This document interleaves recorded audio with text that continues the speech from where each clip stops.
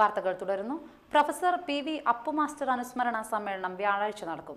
കോരിക്കുഴിയിൽ വൈകിട്ട് 5-ന് എം.ടി. വാസുദേവൻ നായർ അനുസ്മരണ സമ്മേളനം ഉദ്ഘാടനം ചെയ്യും. ടി.എൻ. പ്രതാപൻ എം.എൽ.എ. അധ്യക്ഷനാകും. ജില്ലാ panchayat president C C. Sreekumar photo അനാച്ഛാദനം നിർവഹിക്കും. ബാലചന്ദ്രൻ വടക്കേടത്ത് അപ്പു മാസ്റ്റർ അനുസ്മരണം നടത്തും. Falcon group MD. T K. Abdurahman എം.ടി.ക്ക് ഉപഹാരം സമർപ്പിക്കും. Kerala Sangeetha Nataka academy secretary doctor P V. Krishnan Nair, Unnikrishnan Thiruvazhiyode, Nattika Firka rural bank president professor A U. Arunan master, തിരക്കഥാകൃത്ത് ദിനേശ് പള്ളത്ത്, സംവിധായകൻ അമ്പിളി, ചലച്ചിത്ര നിർമ്മാതാവ് കെ.ബി. രാജു, മഹാരാജാസ് കോളേജ് മുൻ പ്രിൻസിപ്പാൾ കെ.വി. ആശാലത, സ്വാഗത സംഘം general convener KB. Anilkumar, vice chairman K V. Sudhashu Mohan തുടങ്ങിയവർ സംസാരിക്കും. മുൻ എം.പിയുടെ ഫണ്ട് ഉപയോഗിച്ച് നിർമ്മിച്ച ഇഴ സാംസ്കാരിക വേദിയുടെയും അപ്പു മാസ്റ്റർ വായനശാല കെട്ടിടത്തിന്റെയും ഉദ്ഘാടനം വ്യാഴാഴ്ച ഉച്ചയ്ക്ക് 2:30-ന് കെ.പി. ധനപാലൻ നിർവഹിക്കും.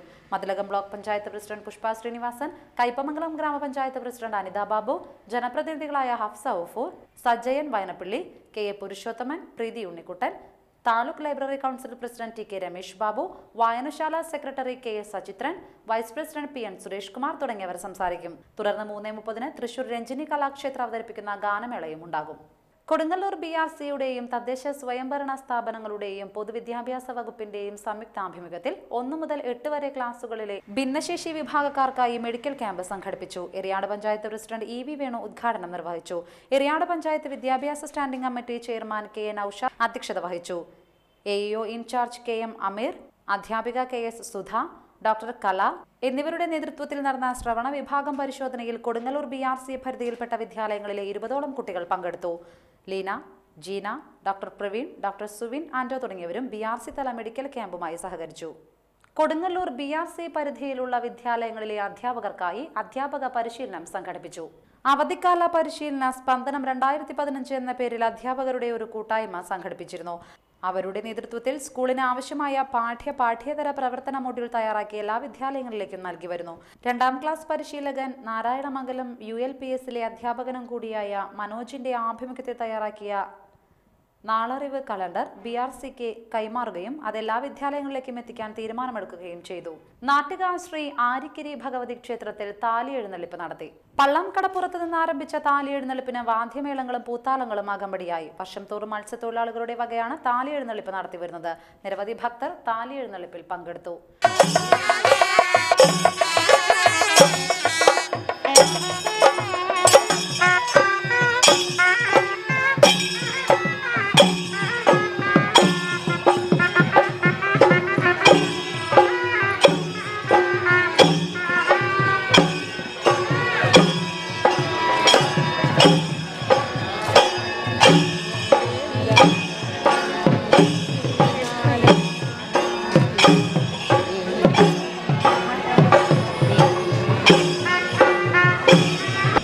പ്രധാന വാർത്തകൾ വീണ്ടും. കേരളത്തിന്റെ പരമ്പരാഗത തൊഴിലിടങ്ങൾ പൂർണ്ണമായി നഷ്ടപ്പെട്ടുകൊണ്ടിരിക്കുകയാണെന്നും കോർപ്പറേറ്റുകളുടെ സ്വാധീനമാണ് ഇതിന് പിന്നിലെന്നും സാഹിത്യ നിരൂപകൻ ബാലചന്ദ്രൻ വടക്കേടത്ത്. 3 പീടിക അറവുശാലയിൽ അടച്ചിട്ട വീട്ടിൽ മോഷണം നടത്തിയ കേസിൽ ഒരാളെ പോലീസ് അറസ്റ്റ് ചെയ്തു.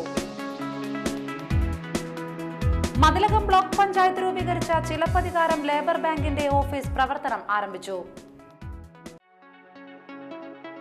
വാർത്തകൾ കഴിഞ്ഞു. നമസ്കാരം.